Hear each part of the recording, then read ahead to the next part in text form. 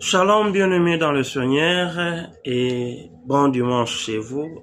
Après des semaines d'absence, nous revenons encore aujourd'hui dans la rubrique Un dimanche, un verset. Devant vos écrans, c'est votre humble serviteur, le docteur Elin Koulou. Aujourd'hui, je vous amène dans le livre des 1 Roi, chapitre 18, le verset 41. Lisons la parole du Seigneur. Et Élie dit à Achab, monte, mange et bois, car il s'est fait un bruit qui annonce la pluie. Parole du Seigneur. La petite histoire, c'est le prophète Élie en Israël, dans un moment où Jézabel était en train d'exécuter les prophètes de Dieu, d'exécuter tout cela qui servait les seigneurs. Le prophète Élie avait annoncé des paroles disant qu'il y aurait la pluie sur la surface de la terre. Et c'est fait ainsi, car c'est le prophète qui avait annoncé cela. Les gens doutaient de ce qu'il avait dit, mais la nature a obéi à la parole de l'homme de Dieu. Deux fois, sois sûr de ce qui est en train de sortir de ta bouche, car derrière ta bouche ou derrière tes mots, il y a un Dieu puissant. Jézabel exécutait les hommes de Dieu. Lorsqu'il n'y a pas eu la pluie sur la surface de la terre, ça c'est un moment de sécheresse. Écoute-moi très bien. Écoute les 3 mots que j'ai amenés aujourd'hui. Il y a un temps de sécheresse et il y a un temps de confirmation.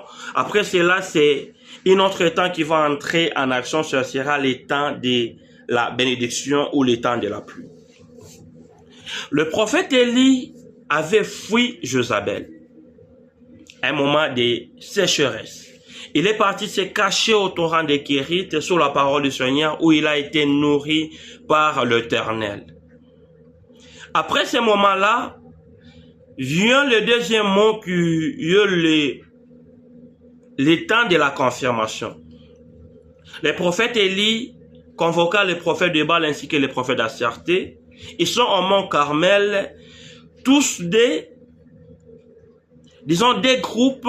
Le prophète Élie de l'autre côté et à l'autre bord, il y avait les prophètes de Baal ainsi que les prophètes d'Astarté. Ils ont construit des autels et le prophète Élie a dit au prophète de Baal qu'invoquez votre Dieu. Le Dieu qui répondra par les faits, c'est celui-là, le vrai Dieu. Le prophète d'Astarté ont commencé à invoquer leur Dieu et leur Dieu ne répondait pas. Le prophète Élie est allé à un autre niveau jusqu'à se moquer d'eux en disant, peut-être que votre Dieu est en voyage, peut-être qu'il a beaucoup de dossiers à traiter, peut-être qu'il dort. Criez plus fort afin qu'il vous attende. Ils ont fait tout cela et le ciel était silencieux. Arrivé à midi, on dit que le prophète d'Astarté et des Baal se sont fait des incisions comme un rituel pour que leur Dieu leur réponde. Il n'y a eu rien. Autour maintenant du prophète Élie, le prophète Élie invoqua son Dieu. Et qu'est-ce qu'il a dit? Le prophète Élie a dit, le Dieu d'Abraham, d'Isaac et de Jacob, que l'on sache aujourd'hui que je suis ton serviteur. Cette prière est très importante dans la vie d'un homme de Dieu. Quel est le Dieu que tu serves? Quel est le Dieu que tu serves? C'est très important. Le prophète Élie a dit que l'on sache que je suis ton serviteur. De fois que tu te mets à prier, dis à ton Dieu, dis que l'on sache que je te sers, que l'on sache que je suis ton enfant, que l'on sache que je suis ton serviteur. Et lorsque le prophète Élie a fait cette prière, la parole dit que le feu est descendu du ciel et le feu a consumé l'autel que le prophète Élie avait dressé.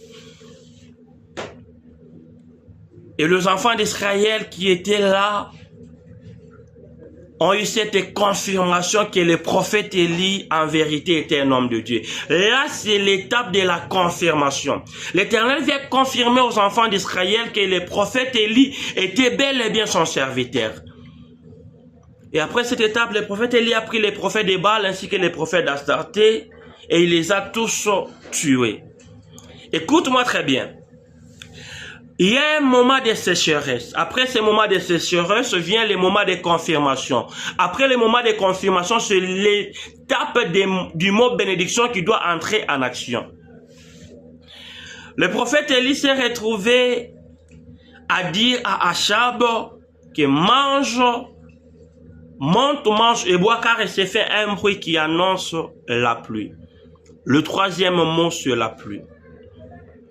La sécheresse dans laquelle tu es en train de passer, que cela ne t'étonne pas, car après cette sécheresse viendra le moment de la confirmation, où Dieu va confirmer que tu es son enfant, où Dieu va confirmer que tu es son serviteur, et après le moment de la confirmation, viendra maintenant le moment de la bénédiction, parce que ici le prophète Élie est en train d'annoncer à Achab une nouvelle ère. Quelle est cette nouvelle ère? C'est celle de dire à Achab qu'il y a un bruit qui annonce la pluie. La pluie, c'est une bénédiction dans cette deuxième dimension dans laquelle le prophète est en train de s'adresser à Achab. Et les demandes d'aujourd'hui, je suis venu te dire, si toi, ton problème c'est le mariage, dis qu'il y a un bruit qui annonce le mariage. Et si ton problème c'est le travail, dis qu'il y a un bruit qui annonce le travail. Si ton problème c'est la paix, la stabilité, l'élévation, les dimensions, dit qu'il y a un bruit qui annonce les dimensions. La sécheresse, la confirmation, la bénédiction. Le moment dans lequel tu es en train de passer aujourd'hui, que cela ne t'étonne pas, car il y a un moment de confirmation qui t'attend. Après le moment de confirmation, il y a le moment de bénédiction qui est classé juste pour toi. Dans les desseins de Dieu, tu as un rôle à jouer ici-bas, car il ne t'a pas appelé inutilement. Il a une mission précise pour toi. Ces trois mots. La sécheresse, la confirmation, la pluie qui est dans une deuxième dimension, la bénédiction.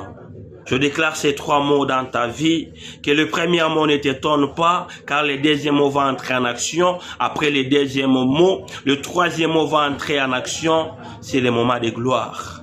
Reste juste solide, car tu as un fondement qui s'appelle Jésus-Christ de Nazareth. Que le bon Dieu du ciel vous bénisse, que la paix du Seigneur et sa joie vous localisent. À la prochaine. Bye bye.